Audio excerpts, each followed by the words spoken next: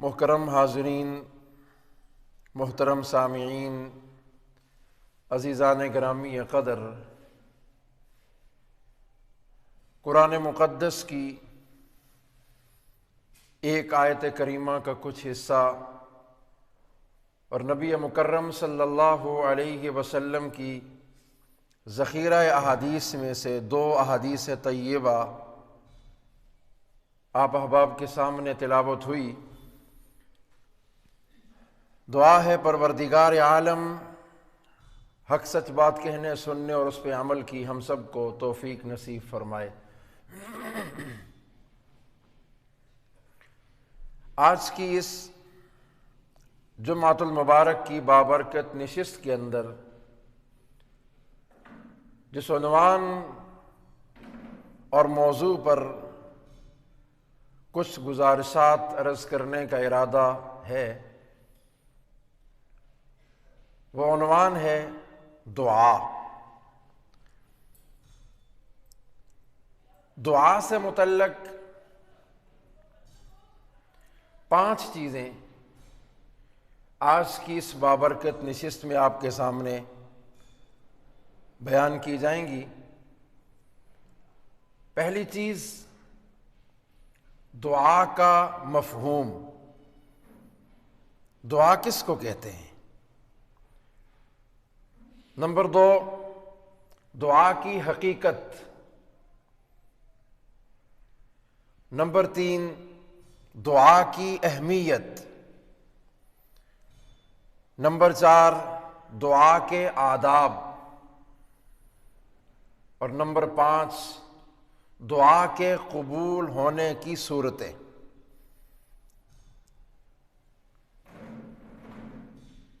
یہ 5 چیزیں ہمارے لیے انتہائی اہمیت رکھتی ہیں۔ اس کی وجہ یہ ہے کہ ہم میں سے ہر ایک شخص کا تعلق دعا سے جڑا ہوا ہے، اور کسی بھی کام کو جب تلک سیکھ کر اس کی شرائط اور آداب کو ملحوظ خاطر رکھ کر نہ کیا جائے تو وہ کام اپنا اثر نہیں دکھاتا۔ تو مختصراً میں ہر ایک چیز کی وضاحت آپ احباب کے سامنے رکھنے کی کوشش کروں گا۔ سب سے پہلی اور بنیادی چیز، دعا کا مفہوم۔ دعا کس کو کہتے ہیں؟ دعا کا مطلب اور معنی یہ ہے کہ محتاج مطلق کا قادر مطلق سے مانگنا۔ انسان محتاج مطلق ہے اور پروردگار عالم کی ذات قادر مطلق ہے۔ اللہ تعالیٰ نے قرآن مقدس میں اس حقیقت کو یوں بیان کیا کہ یا ایھا الناس انتم الفقراء الی اللہ واللہ هو الغنی الحمید، کہ اے لوگو تم سب کے سب میرے محتاج ہو اور اللہ کی ذات بے نیاز ہے، وہ قابل تعریف ہے۔ تو گویا انسان کو یہ بات سمجھا دی کہ تم محتاج مطلق ہو، اور اللہ کی ذات قادر مطلق ہے۔ فرمایا ان اللہ علی کل شیء قدیر فعال لما یرید۔ تو میں نے عرض کیا کہ محتاج مطلق کا قادر مطلق سے مانگنا اس انداز سے کہ اللہ تعالیٰ کی ذات اس بات کو پسند کرتی ہے کہ اس کے بندے صرف اور صرف اسی ذات سے اپنی امیدیں لگا کر رکھیں۔ اللہ کی ذات اس بات کو پسند کرتی ہے کہ اس کے بندے اپنی ضرورتوں کا سوال صرف اسی ذات سے کریں، اپنی پریشانیوں میں، مشکلات و مصائب میں اسی کے سامنے سوال کریں۔ اللہ کی ذات اس بات کو پسند کرتی ہے کہ اللہ کی رحمت کا امیدوار بن کر اور اس کے عذاب اور اس کے غیظ و غضب سے پناہ مانگنا، یہ جو حالت بندے کی بنتی ہے، اس حالت اور کیفیت کے اندر جب وہ اللہ کے سامنے ہاتھ اٹھاتا ہے، اس ہاتھ اٹھانے کا نام دعا ہے۔ اپنے آپ کو اس قدر عاجزی اور انکساری میں لا کر اس ذات کے سامنے اس بات کا اقرار کرنا کہ زمین و آسمان کے تمام تر خزانوں کا مالک رب کریم ہے، اور میں رب کریم سے اپنی ضروریات، اپنے مصائب، اپنے مسائل، زندگی کا ہر لمحے اور ہر موڑ پر آنے والی، چاہے خوشی ہو یا غم ہو، اچھائی ہو یا برائی ہو، اس کا طالب صرف اور صرف میں اس ذات کا ہوں جس ذات کو قادر مطلق کہا جاتا ہے۔ اس عاجزی اور انکساری کا نام دعا ہے۔ یہ آسان لفظوں میں نے آپ کے سامنے دعا کا مفہوم رکھا ہے۔ دوسری چیز، دعا کی حقیقت۔ دعا کی حقیقت یہ ہے، یہاں ایک بات سمجھنے والی ہے کہ یاد رکھیے گا، دعا الفاظ کا نام نہیں ہوتا۔ مثلا ایک آدمی گناہوں پر معافی مانگنے کے لیے یہ کہہ دے اللہم اغفر لی، اے اللہ تو میرے گناہوں کو معاف فرما، یہ الفاظ زیادہ سے زیادہ دعا کا لباس کہلائے جا سکتے ہیں، دعا نہیں۔ وہ اس لیے کہ دعا وہ ہوتی ہے کہ جو دل کی گہرائی کے ساتھ اس بات کا یقین اور اس بات کا اقرار کرے انسان کہ ساری کائنات کا ذرہ ذرہ پروردگار عالم کا محتاج ہے، اور ساری کائنات کے خزانے اسی ذات کے قبضے قدرت میں ہیں،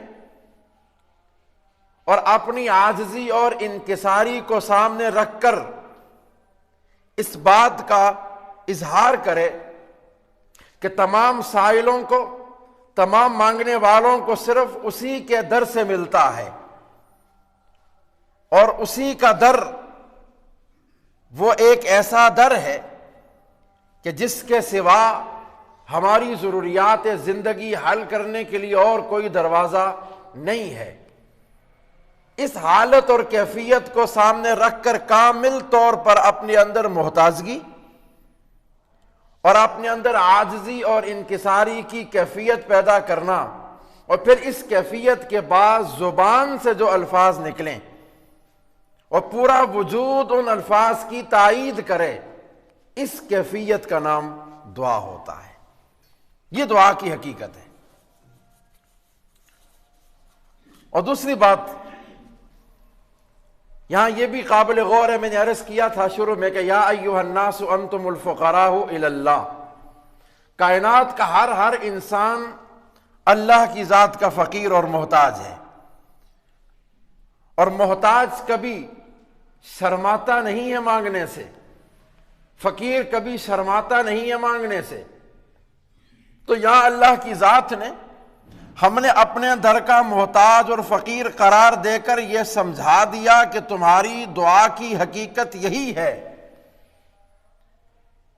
کہ تم میرے دروازے پر آؤ گے، میرے سامنے عجز و انکساری کا اظہار کرو گے، اور اپنی ضروریات تمام تر میرے سامنے پیش کرو گے۔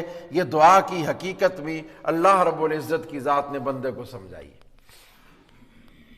مختصراً تیسری چیز ہے دعا کی اہمیت۔ برادران عزیز، دعا کی اہمیت کا اندازہ آپ اس بات سے لگا سکتے ہیں کہ اللہ تعالیٰ نے قرآن مقدس کا آغاز بھی دعا سے کیا ہے، اور قرآن مقدس کا اختتام بھی دعا پر کیا ہے۔ قرآن مقدس کا آغاز سورہ فاتحہ سے ہوتا ہے۔ سورہ فاتحہ مکمل دعا ہے، اور قرآن مقدس کا اختتام معوذتین پر ہوتا ہے، قل اعوذ برب الفلق، قل اعوذ برب الناس، یہ بھی دونوں دعا ہیں۔ تو اس سے یہ بات واضح ہوئی کہ اللہ کے کلام کا آغاز بھی دعا سے ہے، اختتام بھی دعا پر ہے۔ پھر نبی پاک صلی اللہ علیہ وسلم نے متعدد مقامات پر اپنی امت کو دعا کی اہمیت سمجھائی۔ میں چند مثالیں آپ کے سامنے عرض کر دیتا ہوں۔ آپ صلی اللہ علیہ وسلم کا ایک فرمان ہے، افضل العبادت الدعاء، کہ میری امت کے لوگوں افضل عبادت دعا ہے۔ اللہ کے نبی صلی اللہ علیہ وسلم نے یہاں افضل عبادت دعا کو کیوں قرار دیا؟ تو وہ بات واضح ہے کہ انسان دعا میں اپنے آپ کو اللہ کے سامنے عاجز بنا کر پیش کرتا ہے۔ دعا کے اندر انسان کے وجود کے اندر انکساری ہوتی ہے، اور اپنے آپ کو انسان کم تر شمار کرتا ہے، اور اللہ رب العزت کی ذات کی جو کامل قدرت ہے، اس قدرت کاملہ کا اپنے دل سے اظہار کرتا ہے۔ پھر اس عاجزی اور انکساری کے ساتھ وہ اللہ رب العزت کی ذات کے سامنے ہاتھ اٹھاتا ہے، اپنی ضروریات رکھتا ہے۔ اس اعتبار سے فرمایا کہ افضل ترین عبادت فرمایا دعا ہے۔ نبی پاک صلی اللہ علیہ وسلم نے ایک دوسرے مقام پر فرمایا الدعاء مخ العبادہ، میری امت کے لوگوں دعا عبادت کا جوہر ہے، دعا عبادت کا مغز ہے، دعا عبادت کا خلاصہ ہے۔ یہی وجہ ہے کہ اللہ رب العزت کی ذات نے ہمیں قرآن مقدس میں دعا مانگنے کا باقاعدہ حکم دیا۔ فرمایا ادعونی استجب لکم، اور یہاں ایک اور عجیب بات یہ بھی ہے کہ اللہ تعالیٰ کی ذات نے دعا مانگنے کا حکم دینے کے ساتھ ساتھ یہ خوشخبری بھی سنا دی کہ تمہاری دعاؤں کو میں قبول بھی کر لوں گا۔ یعنی اللہ کی ذات یہاں ہمیں یہ کہہ رہی ہے کہ تم آؤ میرے پاس، مجھ سے مانگو، اور میں وعدہ کرتا ہوں کہ میں تمہاری دعا کو قبول بھی کر لوں گا۔ اور ایک اور عجیب بات یہاں بھی ہے کہ اللہ تعالیٰ کی ذات مانگنے والے سے خوش ہوتی ہے، اور نہ مانگنے والے سے اللہ کی ذات ناراض ہو جاتی ہے۔ اسے قرآن مقدس کی اسی آیت کو لیں، ادعونی استجب لکم، حکم دیا آؤ مجھ سے مانگو، میں تمہاری دعاؤں کو قبول کرتا ہوں۔ اور آگے فرمایا دوسرے مقام پر ان الذین یستکبرون عن عبادتی سیدخلون جہنم داخرین، کہ جو لوگ مجھ سے دعا مانگنے کے اعتبار سے میرے سامنے عاجزی اور انکساری اختیار کرنے میں تکبر سے کام لیتے ہیں، فرمایا وہ ہمارے ہاں پسندیدہ لوگ نہیں ہیں۔ اور نبی پاک صلی اللہ علیہ وسلم نے اسی بات کو ایک مقام پر یوں سمجھایا کہ من لم یسأل اللہ یغضب علیہ، کہ میری امت کے لوگوں جو بندہ اللہ سے سوال نہیں کرتا، اللہ سے نہیں مانگتا، ایسے بندے پر اللہ کی ذات ناراض ہو جایا کرتی ہے۔ تو دعا کی اہمیت کا اندازہ آپ اس بات سے بھی لگا سکتے ہیں کہ ایک مقام پر نبی پاک صلی اللہ علیہ وسلم نے یہاں تک ارشاد فرما دیا کہ اللہ رب العزت کی ذات کے ہاں سب سے زیادہ مکرم، سب سے زیادہ محترم اور قیمتی چیز دعا ہے۔ آپ صلی اللہ علیہ وسلم کے الفاظ ہیں لیس شیء اکرم علی اللہ من الدعاء، کہ یاد رکھو اللہ رب العزت کے ہاں سب سے مکرم اور قیمتی چیز وہ دعا ہے۔ تو اس بات سے دعا کی اہمیت کا بخوبی اندازہ ہو جاتا ہے۔ اور ایک اور مقام پر نبی پاک صلی اللہ علیہ وسلم نے دعا کی اہمیت کو سمجھاتے ہوئے بڑی عجیب بات ارشاد فرمائی۔ فرمایا کہ دعا مومن کا ہتھیار ہے۔ کیا مطلب اس بات کا کہ دعا مومن کا ہتھیار ہے؟ فرمایا کہ ہماری تمام تر پریشانیوں کا، ہمارے تمام تر مسائل کا، مصیبتوں کا جو حل ہے، فرمایا وہ صرف اللہ کی ذات کے سامنے مانگنے پر ہی حل ہو سکتا ہے۔ اس کے بنا وہ کسی اور کے سامنے اپنی ضروریات بیان کرنے سے کبھی زندگی میں فرمایا تمہاری پریشانیاں کم نہیں ہوں گی۔ نبی پاک صلی اللہ علیہ وسلم کے الفاظ یہ ہیں کہ من نزلت فاقتن، اگر اللہ کی ذات کی جانب سے کسی بندے پر کوئی مصیبت، کوئی پریشانی آ گئی، اس کے بعد فانزلھا بالناس، اس بندے نے اپنی اس پریشانی اور مصیبت کو لوگوں کے سامنے بیان کیا، لوگوں کے سامنے ہاتھ پھیلائے، لوگوں سے اپنی ضرورت پوری کرنے کی اور اپنی مصیبت ٹلانے کی اور اپنے آپ کو بہتری کی طرف لانے کی درخواست کی، تو فرمایا لم تسر فاقتہ، اللہ کی ذات کبھی بھی اس کی مشقت اور پریشانی کو دور نہیں فرمائے گی۔ آپ اس بات سے خود اندازہ لگائیے گا کہ اللہ کی ذات دعا کے معاملے میں کتنی غیرت رکھتی ہے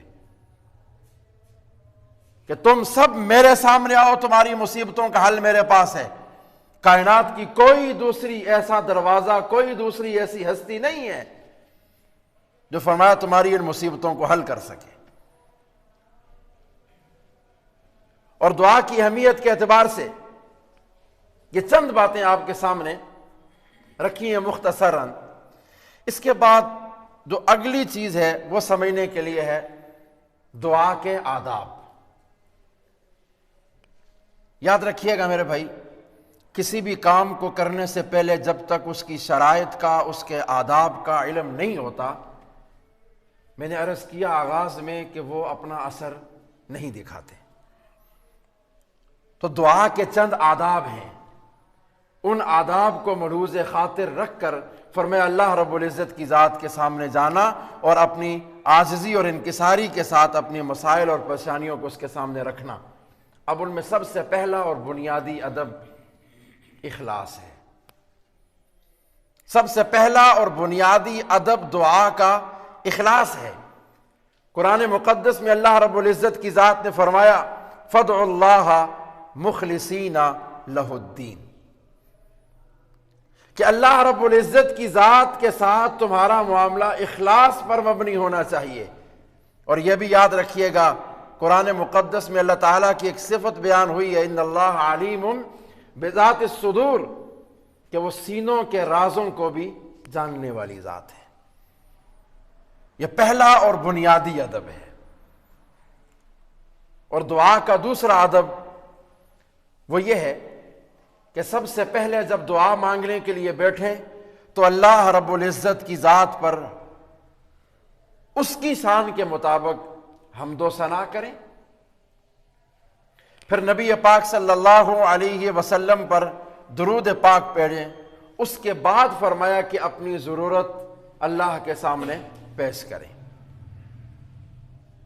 حضرت فضالہ بن عبید، مشہور ان کی ایک روایت ہے کہ ایک شخص نماز پڑھنے کے لیے آیا، بڑی کام کی بات ہے یہ، اور ہم اس کو اپنے سامنے رکھ کے اپنے آپ کو بھی دیکھیں کہ ہم کہیں ایسا تو نہیں کرتے۔ وہ شخص آیا اور اس نے اپنی نماز مکمل کی۔ نماز مکمل کرنے کے بعد اس نے دعا کے لیے ہاتھ اٹھائے اور کہا اللہم اغفر لی وارحمنی، اے اللہ میری مغفرت فرما، مجھ پہ رحم فرما۔ ہاتھ منہ پہ پھیرے اور جانے لگا۔ نبی مکرم صلی اللہ علیہ وسلم بڑی محبت بھرے انداز سے اس کا یہ سلسلہ دیکھ رہے تھے، تو آپ نے بڑے مشفقانہ شفیقانہ انداز سے اس نمازی کو مخاطب کیا اور آپ نے فرمایا عجلت ایھا المصلی، اے نمازی بڑی جلد بازی کی تم نے، بڑی جلد بازی سے کام لے گئے ہو تم۔ پھر آپ نے اس کو ایک ادب سکھایا، وہ ادب قابل غور ہے کہ خود نبی پاک صلی اللہ علیہ وسلم ایک نمازی بندے کو دعا کرنے کا طریقہ بتا رہے ہیں، تو اس سے آگے کوئی اور طریقہ ہو ہی نہیں سکتا۔ نبی پاک صلی اللہ علیہ وسلم نے اس کو فرمایا کہ اذا صلیت، جب تو نماز مکمل پڑھ لے، قعدت، تھوڑی دیر اپنے مصلی پر بیٹھا رہے، اطمینان کے ساتھ. اور اس کے بعد فرمایا فاحمد اللہ، پھر اس کے بعد اللہ کی حمد و ثنا کر، اللہ کی تعریف کر، بما هو اہلہ، جو اس کی شان کے مطابق ہے. اور اس اللہ کی تعریف کے بعد فرمایا اس کے بعد وصلی علیہ، مجھ پر درود پڑھ. اور اس کے بعد فرمایا کہ اپنے لیے دعا مانگ. تو دعا کا دوسرا ادب یہ ہے کہ دعا کے لیے ہاتھ اٹھانے کے بعد سب سے پہلے اللہ کی تعریف کی جائے، پھر نبی صلی اللہ علیہ وسلم کی ذات پر درود پاک پڑھا جائے، اس کے بعد فرمایا کہ اپنی ذات کے لیے دعا مانگی جائے. یہ دعا کا دوسرا ادب ہے. دعا کا تیسرا ادب یہ ہے کہ دعا میں دل کا حاضر ہونا ضروری ہے، حضور قلبی جس کو کہا جاتا ہے. نبی پاک صلی اللہ علیہ وسلم نے فرمایا، بڑی عجیب حدیث آپ نے فرمایا وَعْلَمُوا، یقین رکھو، جان لو اس بات کو کہ ان اللہ لا يستجیب دعاء من قلب غافل لاہن،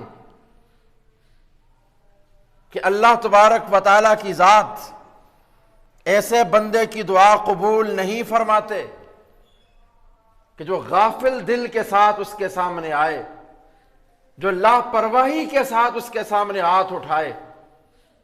اللہ کو غافل دل والا، لاپرواہ دل والا جتنا مرضی ہے پکار لے. فرمایا دعا کی آداب میں سے یہ ہے کہ تمہارے الفاظ کے ساتھ، تمہارے ہاتھ اٹھانے کے ساتھ ساتھ فرمایا تمہارا دل بھی مکمل طور پر حاضر ہونا چاہیے.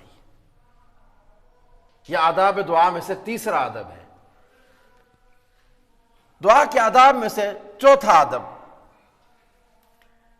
فرمایا دعا کرنے والے کو اس بات کا یقین ہونا چاہیے کہ اللہ کی ذات اس کی دعا کو قبول فرما لے گی. اس یقین کے ساتھ اللہ کے سامنے ہاتھ اٹھاؤ. نبی پاک صلی اللہ علیہ وسلم نے فرمایا ادعوا اللہ، اللہ کی ذات کو پکارو، اللہ سے دعا مانگو، وَأَنْتُمْ مُوقِنُونَ بِالْإِجَابَةِ، تمہیں اس بات کا یقین ہونا چاہیے کہ اللہ کی ذات تمہاری دعاؤں کو قبول فرما لے گا. تو دعا کے آداب میں سے ایک ادب یہ بھی ہے. اسی طرح دعا کے آداب میں سے ایک ادب یہ ہے کہ اللہ کے سامنے جب مانگنے کے لیے بیٹھو تو کثرت سے مانگو، جتنا ہو سکے تم مانگو اللہ کی ذات سے. اور یہ ادب بھی نبی صلی اللہ علیہ وسلم نے ہمیں سمجھایا. آپ نے فرمایا اذا سأل احدکم، جب تم میں سے کوئی بندہ اللہ سے سوال کرنے لگے، اللہ سے دعا مانگنے لگے، تو فرمایا فَلْيُكْثِرْ، اسے چاہیے کہ وہ کثرت کے ساتھ مانگے. کیوں؟ وہ کسی بندے سے نہیں مانگ رہا، وہ کسی انسان سے نہیں مانگ رہا، بلکہ فرمایا فَإِنَّمَا يَسْأَلُ رَبَّهُ، تم اپنے رب سے مانگ رہے ہو، اس کے خزانوں میں کوئی کمی نہیں ہے. تو دعا کے آداب میں سے ایک ادب یہ ہے کہ فرمایا مکمل حضور قلبی کے ساتھ، آداب کو ملوز خاطر رکھنے کے ساتھ ساتھ فرمایا تمہارے الفاظ ختم ہو سکتے ہیں، تمہاری زندگی ختم ہو سکتی ہے، لیکن اللہ کے خزانوں میں کبھی کمی نہیں آ سکتی. دعا کے آداب میں سے ایک آخری ادب سمجھیے گا، وہ یہ ہے کہ جب دعا مانگنے لگو تو آغاز اپنی ذات سے کرو.